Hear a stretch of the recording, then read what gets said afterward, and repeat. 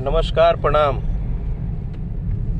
समस्त यूपी बिहार देश विदेश में बसल समस्त भोजपुरी परिवार के हम Rakesh Mishra, Rao Rakesh Mishra Facebook page live के माध्यम से आप सबके पैर छू के प्रणाम करतनी, दिल से प्रणाम करतनी। आशीर्वाद के प्रतीक्षा बा और बहुत बहुत बहुत बहुत आभार। वो हम बार बार बात ऐसे लिखा तनी कि आप सब वो कहनी जौन केहू की उम्मीद ना रहे। मने रउरा सभे आशीर्वाद के उस स्वरूप अपना ये छोट भाई अपन घर के लड़का राकेश मिश्रा पे बरसौले बनी, जौन की आज पूरा इंडिया में यह बात के चर्चा बा कि भोजपुरी इंडस्ट्री से एगो ऐसा गाना जौन कि आज से 2 महीना पहले 3 महीना पहले हमनी के शायद सोचले भी ना रही जा, राजा जाइना बहरिया आज हिंदुस्तान के टॉप 5 गानों में शामिल भइल। एकरा खातिर यूपी बिहार देश विदेश में बसल पूरे भोजपुरी परिवार के, भोजपुरिया दर्शक के, जे भोजपुरी भाषा से नहीं खे भोजपुरी भाषा सुनेला ओकरा के भी गीत के प्यार दुलार देवे खातिर, यह गीत के सुपर डुपर हिट ब्लास्ट बनावे खातिर हम जितना भी स्नेह बंदन अभिनंदन रुआ सभा के करी उतना कम बा। शायद हमार ये शब्द छोटा पड़ जाए रुआ सभा के सामने। ये राजा जाइना बहरिया के सुपर हिट होकर में बहुत सारा लोग के ऐसा योगदान बा, जैसे कि हम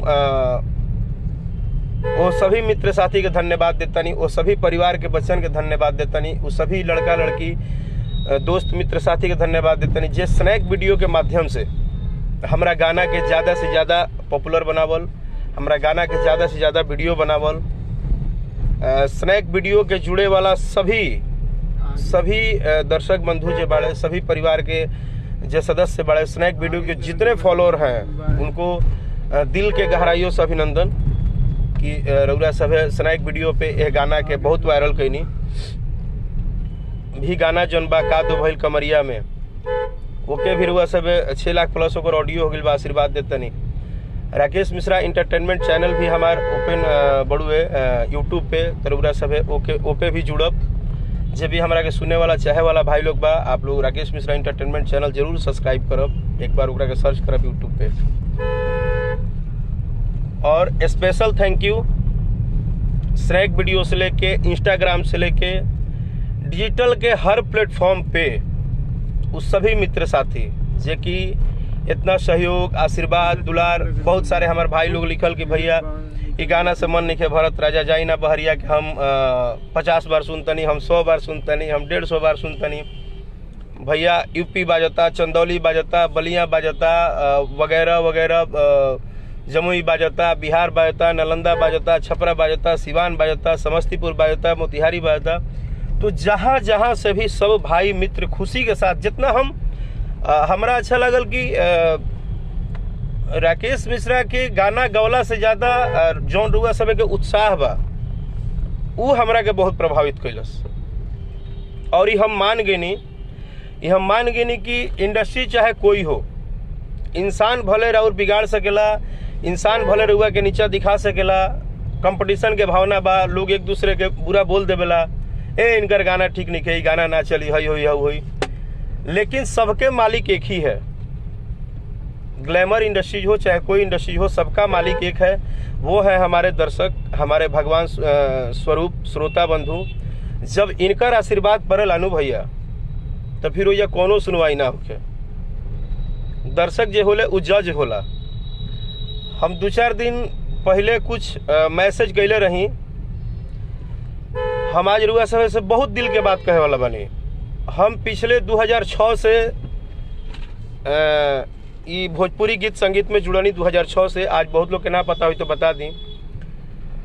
14 साल के कैरियर में ना जाने हमरा के कितना परेशान कइल गइल। 14 साल के कैरियर में भाई लोग, आज एगो इमोशनल बात बताओ तनी, ना जाने हमरा के कितना परेशान कइल गइल। ना जाने भोजपुरी इंडस्ट्री के कुछ दिग्गज से लेके कुछ अदर लोग से लेके मने इतना मतलब कभी हमारा फ्रंट पे ना आके लेकिन हमारा बैक पे हमारा खातिर इतना बड़ा प्लानिंग भइल, पता ना हम केकर का बिगड़ले बनी, भगवान जानस, माँ वैष्णो देवी जानस, जबकि हम हमेशा सिर्फ अपना काम पे ध्यान दिला। हम बीच में भी बड़ा दुखी भइनी जब हमरा गाना पर राजा जाई ना बहरिया पर रिपोर्ट मराए लागल। हम उस दिन जब नाराज होके मैसेज कैनी तो हमार नाराजगी यह रहे कि भाई अगर मेहनत करतनी, अगर हम केहू के नहीं बिगाड़त तो हमार काहे बिगाड़ल जाता। हम ऐसा का कर दिल बानी कि मतलब दुनिया में सब लोग के चले के चाहिए, सब लोग के गाना हिट होके के चाहिए, सब लोग के बंगला गाड़ी घर दुआर सब लोग के स्टारडम होके के चाहिए, लेकिन राकेश मिश्रा के ना होके के चाहिए।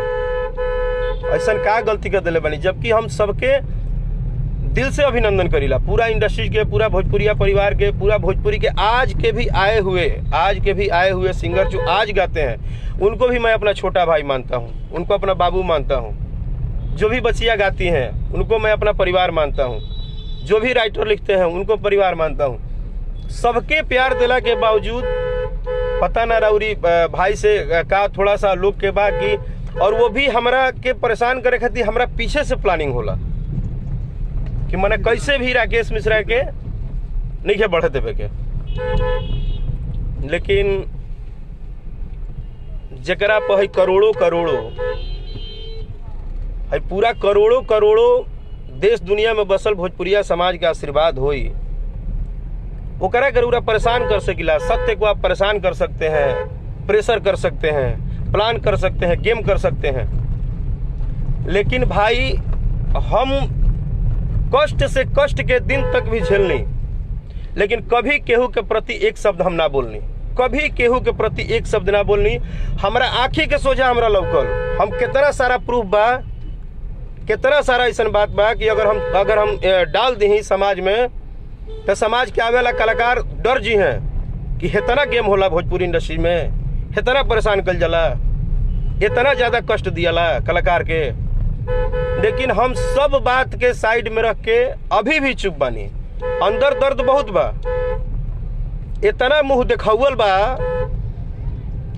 देखावल बा भोजपुरी इंडस्ट्री में, इतना चापलूसी बा, इतना ड्रामा बा, इतना मुंह देख के आदमी एजा मने नाटक करेले कि हम बता नहीं सकत रुआ सब के। आवे वाला जे भी कलाकार बंधु बा या जेकरा भी भविष्य बनावे के बा, भाई बहुत परेशानी हुई। हम पहले बोलता नहीं कि बहुत सारा बात हुई, बहुत सारा कष्ट हुई, बहुत परेशानी हुई, लेकिन रउरा सभे के बस एक ही चीज ध्यान रखे के बा कि आपन हिम्मत नहीं छोड़े के। 14 साल से मेहनत करत सबके टॉर्चरिंग, सबके प्रेशर, सबके बात, हमके हमरा इंडस्ट्री में लोग का ना बोलल, हम कान से जब सुनत रही ना तो लागत रहे कि शायद कभी कभी दिल करता रहे कि हम सुसाइड कर लें। कभी कभी लगता था कि मैं सुसाइड कर लूं, लोग इतना मुझे टॉर्चर किए हैं इस इंडस्ट्री में। मैं भावुक हो जाता था, रो देता था कि लोग मेरे साथ क्यों ऐसा कर रहे हैं। आज इसीलिए मैं भावुक हो कि आप लोग से लाइव आया हूं, और मैं सबको ये बताना चाहता हूं कि जब तक आप जैसे श्रोता जब तक भगवान रूपी श्रोता का आशीर्वाद रहेगा, किसी कलाकार को टॉर्चर होने की जरूरत नहीं है। ये हमारा काम छीन सकते हैं, हमारा सिनेमा छीन सकते हैं, हमारा एल्बम प्रेशर में बंद करा सकते हैं, हमारे लिए 10 जगह गेम कर सकते हैं, इनके चमचे बेलचे 50 को गाली दे सकते हैं फेसबुक पे, मैसेज पे, ये ग्रुपिंग कर सकते हैं। लेकिन जब आप जैसा परिवार, आप जैसा भाई, माँ, बहन, चाचा, चाची जब सुनेंगे राकेश मिश्रा को, तो कोई कुछ नहीं कर सकता है मेरे भाई। मैं 14 साल के करियर में बोल रहा हूँ बार बार कि मैंने कभी भी कुछ भी नहीं बोला, अपने पे कितना भी मेरे पे आफत आया, मैं आप लोग के सामने कभी नहीं रोया, कभी नहीं बोला। लेकिन जब मेरा एक गाना मार्केट में आप लोगों ने आशीर्वाद दिया, तो सारे धुरंधर और सारे गैम्बलर लोग ये कह रहे हैं कि कैसे ही गाना 50 मिलियन हो जाए, कैसे ही 100 मिलियन हो जाए, कैसे राकेश मिश्रा सुपरस्टार हो जी हैं, कैसे राकेश मिश्रा के गाना ब्लास्ट हो जाए। इस गाने को रुकवाने के लिए लोगों ने रिपोर्ट पे रिपोर्ट। कुछ लोग तो ऐसे हैं जो डिजिटल में बैठ के अपने आप को भगवान कहते हैं कि हम डिजिटल के भगवान हैं, हम चाहेंगे तो राकेश मिश्रा चलेंगे, हम नहीं चाहेंगे तो राकेश मिश्रा बर्बाद हो जाएंगे।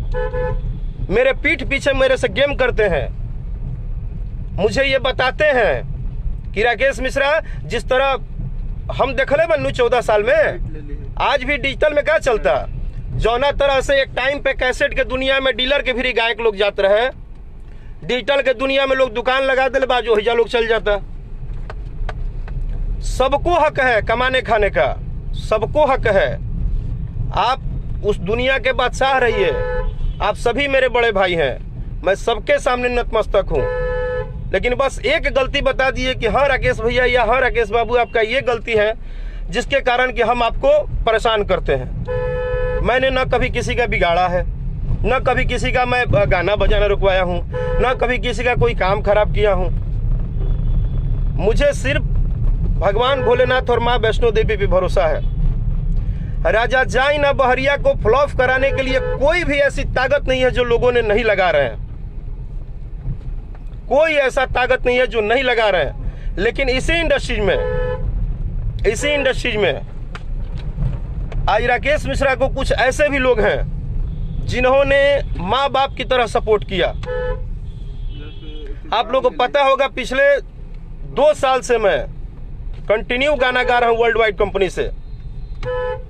मैं धन्यवाद करूंगा रत्नाकर सर का, मैं वर्ल्ड वाइड कंपनी के ओनर रत्नाकर सर का धन्यवाद करूंगा कि जब लोगों ने, जब सारी गेम पोजीशन प्लानिंग ने जब राकेश मिश्रा को विवश कर दिया कि अब राकेश मिश्रा या तो तुम सुसाइड कर लो या तो गाना बजाना छोड़ दो। ये आज से लॉकडाउन की बात है मेरे भाई। मैं बोला था कि मैं लाइव आऊंगा तो बहुत सारी दिल की बात बताऊंगा। आज से 6 महीना 7 महीना लॉकडाउन के करीब में ऐसा हालत था कि सबने इग्नोर कर दिया था। लेकिन इंडस्ट्री के जितने भी अच्छे प्रोड्यूसर हैं, अच्छे डायरेक्टर हैं, अच्छे कंपनी ओनर हैं, वर्ल्ड वाइड हो, वेब हो, उसके बाद ये अपने जितने भी बड़ी चैनलें हैं, सभी कंपनी को बोल रहा हूँ, सभी कंपनी मालिक ने प्यार दिया, सपोर्ट दिया, सबने सपोर्ट किया। लेकिन स्पेशली मैं रत्नाकर सर को बोलता हूँ कि उन्होंने मुझे सहारा दिया,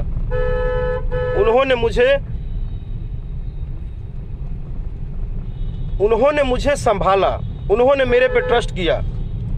वो हमेशा बोलते थे कि तुम बहुत अच्छा गाते हो, तुम सिर्फ अपने गाने पे फोकस करो, तुम सिर्फ अपने काम पे फोकस करो।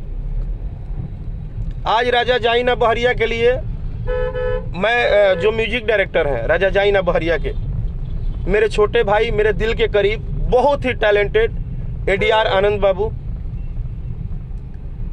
उन्होंने जिस हिसाब से इस संगीत को सजाया है, उनको प्यार देने के लिए, उनको आशीर्वाद देने के लिए, और सभी कलाकारों को बोलूंगा कि एडीआर आनंद एक हीरा है भोजपुरी इंडस्ट्री के, उनको आप लोग पहचानिए। उनको जो आशीर्वाद दिया आप लोग, इस मेरे वीडियो में काम की है मधु जी को बहुत बहुत बधाई। म्यूजिक वाइड कंपनी जो कि भोजपुरी में कहने के लिए तो नई कंपनी है, लेकिन जो उसने जिगरा दिखाया, जो उसने मेहनत दिखाया, जो उसने प्यार सपोर्ट दिखाया, जो उन्होंने अपनी एक स्ट्रेंथ दिखाई, उसके लिए मैं बहुत बहुत धन्यवाद देता हूं म्यूजिक वाइड कंपनी के सभी सदस्य को।